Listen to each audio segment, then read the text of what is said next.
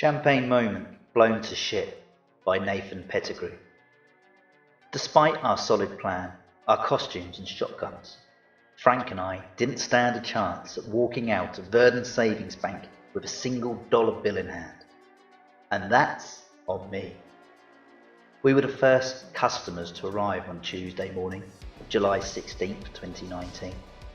Frank reversing his brother's black Rubicon convertible into a handicap space near the front entrance. "You ready for this?" he asked. The same question he'd asked whenever he went down on me. Slipping his mask on, he stepped out of the Jeep without waiting for me to do the same. We'd agreed that taking prisoners anywhere in public with pantyhose on our heads was fucking ridiculous, and settled on Mardi Gras masks. This was Terrebonne Parish, after all. Frank had on a silver masquerade bull mask, his body suited up in a black and purple motley, while my face was covered in a porcelain resin mask. My sequin blazer and trousers both glittered in bright green, my underarms and forehead drenched from the cruel humidity. Catching up with Frank, I cocked the bolt-action rifle that we'd stolen from his brother. I knew in my gut that this was it, our last time taking a walk together. I should have stopped him at the door, but still I followed, hoping to God my gut was dead wrong. Frank had proven to be my protector and the owner of my heart up to this point. He'd promised a new life together, a life free from the brutality of Terrebonne, and I felt I owed him the benefit of the doubt, wanting to believe that he could deliver. Entering the bank smelled of expensive perfume. The first thing my partner did was fire a shot into the shoulder of a poor young woman working for shit wages in a place filled with millions. His mean streak had been there since first grade. Frank wasn't alone enjoying the torture and killing off caterpillars during recess. But he'd taken the fun to a new level, set on rattling the cages of the nuns who hushed us before church. Frank had performed a massacre. The marble steps of the side entrance to St. Francis, painted green and yellow, splattered guts of blood. "Don't look," the nuns kept saying, rushing us into the vestibule. "Come along now, don't look." It wasn't until our sophomore year at Dumas that I'd seen enough. We were high after school, before Easter weekend, and had emptied a 12-pack between us on the mossy bank of Bayou Black when Frank came up with the bright idea of torturing his brother's hamster. "Bruh," I said, crushing my empty can. "Fuck all that shit." Insects were insects, but animals were my line in the sand. I avoided Frank at lunch and recess the next day, hiding in the library where he had never looked. We both hated to read, and I ignored his calls, knowing damn well that he was showing up on my mother's doorstep that evening.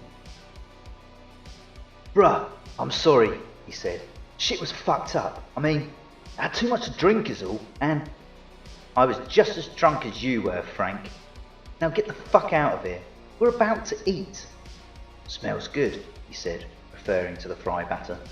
"Look, it won't happen again, I promise." "Nah, there's something in you," I said. "I've always known it. You're a sick fuck." "Maybe so," Frank said. "But I seriously didn't mean to freak you out. I swear, okay? Come on." I slapped his hand away. "Are you fucking serious right now? With my mother here?" She was frying catfish to go over her homemade white beans and rice, the sizzling fillets drowning out our conversation on her end. "Bruh, this shit sucks," Frank said. "I missed you today, and I don't always know when I'm being an arsehole until you ground me, okay? I fucking love you for that." Something he'd never said to me before, and that's all it took. My hard heart melting, my fingers sliding into Frank's. No longer caring if my mother caught us. She was bound to find out the truth about her son sooner or later. Why not now, when I could finally confirm what it was that Frank and I shared? Bottom line, I loved him too. Yeah, Frank had a fucked up side, but he never hid it from me or stopped trying to do better for me when I asked him to. Aside from my mother, he'd proven to be the only person in this world who was always there for me, and the high from hearing him reciprocate my love on my mother's welcome mat compared to nothing else. Nothing came close. Not the weed, the booze, or even the ecstasy that we'd done before locking tongues and undressing each other for the first time. This was pure sober truth. Our hands joined while the catfish fried. The first time we fucked was the champagne moment of our friendship. It happened back in February during Carnival. We were rolling in my room after a parade, my mother out partying, my twin beds unoccupied, and with hours to spare before she came home. Frank and I allowed ourselves to be free from shame, and finally from the burden of lying to each other. Physically, there were no disagreements. We took turns engaging in every position, denying ourselves no pleasures.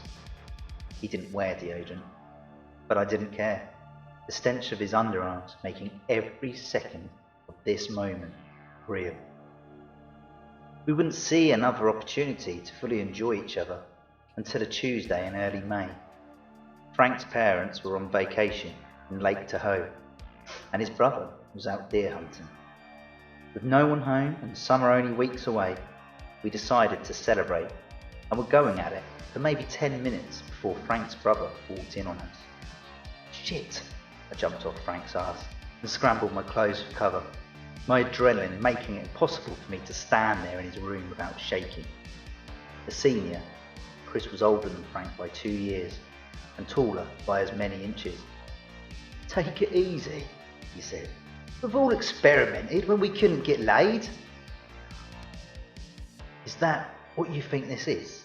Frank asked, still naked and seemingly comfortable. "Then what the hell is it?" Chris asked. "It's called love, big brother." "Jesus," Chris said, giving me a hard stare. He locked the bedroom door behind him on his way out. "Will you relax?" Frank said. "Think he'll tell anyone?" I asked, stepping into my boxers. "Bruh, Chris's family. Besides, this is Terrebonne. Word gets out he has a gay brother. I don't see the easiest life for him either." "Christ," I said, holding my chest. "Come on, calm down," Frank said. "Come over here." I allowed him to pull me closer, feeling his pecs. "You ready for this?" he asked, but I didn't answer, my heart still racing even as Frank was going down on me. Chris found me at my locker before lunch on Wednesday and asked if I wanted to hang out with the seniors. These were the coolest kids in school, and I figured he'd extended the invite as a way of trying to make me cool. Frank was nowhere to be found when I approached Chris, with 5 of his friends beneath the oak tree in the courtyard. I tried to slap his hand for a quick shake and was knocked to the dirt, where knuckles wailed into my cheeks, my eyes and head when I blocked my face. "Fucking little bitch boy," one of his friends said, and they all took turns stomping on my legs. The bell rang, my nose bleeding, when all was said and done, but not broken. My lips were busted, my eyes both black. Much to my surprise though, I could still walk to class, limping, but walking. Rumours about Frank and I spread like bagasse in the sugarcane fields set ablaze. Our reputations burned, and our well-being in constant danger. We were facing a new kind of freedom, freedom from safety and comfort, until school let out for summer, just in time. Gone were the stares and whispers in halls and classrooms. We no longer had to worry about the threat of more violence in the courtyard or parking lot, but the homophobes who sought to hate on us ensured that our safety was temporary, having found us on the bank of Bayou Black, where they challenged us, bitch boys, to fights. A scrapper, Frank could handle himself against the biggest that the so-called alphas had to offer, and enjoyed the manhandling. A little too much, almost killing one, until I pulled him back to his senses. First, spitting blood, he apologised to me profusely, but didn't have to. saw his fists bludgeoning faces of our opponents as a romantic gesture. Frank defending our honour and proving that when provoked, he would go the distance for us. Come June, there was a string of gas station robberies downtown on West Park, making the front page of the Courier, and Frank saw those headlines as an opportunity. "Think about it," he said. He'd treated me to a smoothie on Martin Luther King, and we were sitting on his Ducati facing the boulevard when Frank showed me the day's paper. "All the cops are focused on the downtown area right now. No longer patrolling this side." "Okay, but so what?" I asked. Frank sucked on his straw while Stevie Wonder's "Isn't She Lovely" played in a purple Kia Forte, parked near to us. "Look across," he finally said. "What do you see?" Beyond the cars and pickups blowing past each other in opposite lanes, I saw the bright and sunny parking lot of Verdon Savings Bank. "Are you out of your gourd or what, bruh? You want to rob a bank?" "The only bank in Terrebonne without security," Frank said. "How's that?" I asked. "Well, like the sign says, Val Verdon owns that bank." "What's your point, Frank?" "The man owns most of Terrebonne, does he not? No one would dare rip him off." Mr. Val had made his fortune with Verdon Offshore Ventures and dominated the oil industry in Terrebonne. He owned cops, politicians, and if rumours were true, a piece of every local business in exchange for the good fight against the corporate chains invading our Bayou community. A hero to some, but he owned the underground too, rumours were to be believed, having shut down a Denny's and Applebee's by flooding the parking lots with drugs and prostitutes. "So, a suicide mission. That's great, Frank, just great." "Don't think like that," he said. "Like I told you, think of it as an opportunity." "Stop, Frank. We're not talking about a stint in Ashland Down, Bayou du Large if we get caught. We're talking hard time in Angola." "Not if we get the fuck out of Dodge," he said. "To where?" I asked. "Where do you want to go?" "I don't know, bruh. I've never been to the Bahamas. But everyone seems to flee to Mexico after shit like this." "Or Russia," Frank said. "They're not too big on extraditing Americans right now." "Russia? Shit, yeah, why not? We can sip champagne with Snowden." He was talking about making a new life together, a life far from Terrebonne, and fuck whoever owned it. He was talking about heisting thousands before hauling ass and hiding, but with the freedom to be who we really were. Bottom line, he was talking about a marriage, the idea beautiful, his strategy brilliant. There were 3 bank tellers handling the traffic on Tuesday mornings, their slowest time in the week. "Like, non-existent slow," Frank said. "What did you do, open an account there?" "Months ago," he said. "But check this out. Mr. Val loves his pussy. All 3 tellers are females in their early 20s with tip jobs." "No bank manager?" I asked. "Of course," he said. "A short bald fucker who stays out of sight unless asked for." We go in with 2 unloaded shotguns, and I would fall back and cover him while Frank secured the tellers and had 1 empty the registers. No vault. We were looking for travelling money, and enough to last until we figured things out. The Mississippi state line was an hour away, plenty of time before Parish PD could piece the puzzle together. First, we took care of Chris, catching him in a nap. Frank swung his aluminium baseball bat to his brother's legs again and again, Chris screaming while I cuffed his hands to his bedpost. From his Amish gun cabinet, I took a standard bolt-action rifle. Frank lifted a camouflage Remington Model 7, about to walk away until an RP9 caught his eye. "Motherfuckers!" Chris yelled. "I swear to God, Frank, you're fucking dead!" "I doubt it, brother, because after today, you'll never see me again." "Fuck are you talking about?" Chris asked. "What are you up to?" "Mum and Dad won't be home until tonight," Frank said. "So get comfortable and be thankful, because if you weren't my flesh and blood, you'd be dead right now." Chris believed him too, not making a sound until crying. We fed his hamster and left the key to the sex cuss that we'd ordered online for his folks to find. "Oh, and we're taking the Jeep," Frank said, grabbing the keys from his brother's end table. He slept at my house that night. Our plan to strip the license plate from his brother's Jeep before arriving at Verdon Savings. Get in and get out.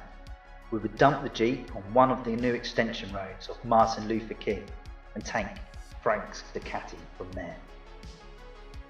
From Mississippi, we'd cross into Alabama and Florida, not stopping until Pensacola, where Frank had met someone on the dark web willing to help with new identity.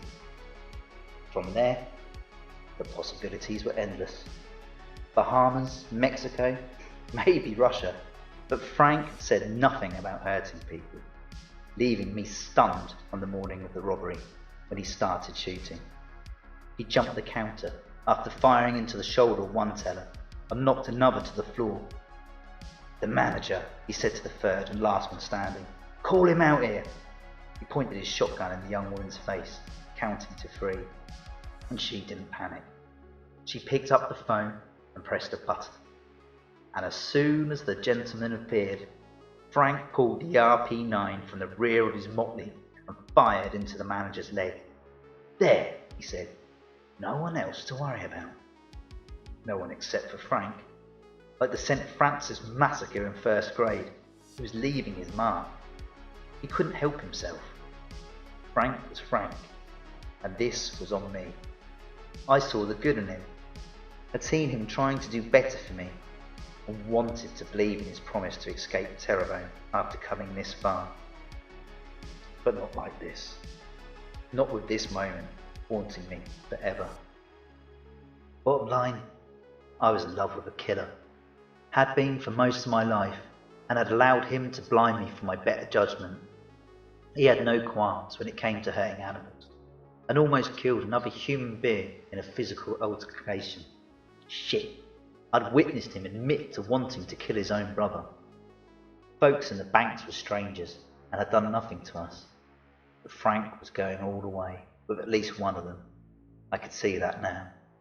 He'd always relied on me to bring him back to his senses, and so I did, aiming for the back of his head. "Stop, Frank!" He turned and panicked, pointing the RP9 in my direction until I pulled the trigger. The morning, July 16th, was supposed to be another champagne moment for us, but Frank was blown to shit. His body bloodied up on the cold marble floor of Verdon Savings Bank, while cops were cuffing my wrists. I was going away for a long time, but life on the inside didn't scare me. I was born and raised in Terrebonne, after all, had never really known freedom and lived most of my life as Frank's bitch. With his reign now at an end, nothing was changing for me. Well, my address was changing, but I was still a resident of Terrebonne and property of the parish. Best thing I had going for me was the fact that I'd betrayed my partner and prevented innocent civilians from being killed. I'd even waited for cops to show up. Along with a guilty plea, any attorney worth a salt could take time in Angola off the table for an easier life in Ashland Down, Bay du Lac. Frank would have wanted it that way. The best for me. His vision for our future together was a dead and gone, and all because of his nature. But Frank was Frank, and I forgave him. Champagne Moment Blown to Shit by Nathan Pettigrew.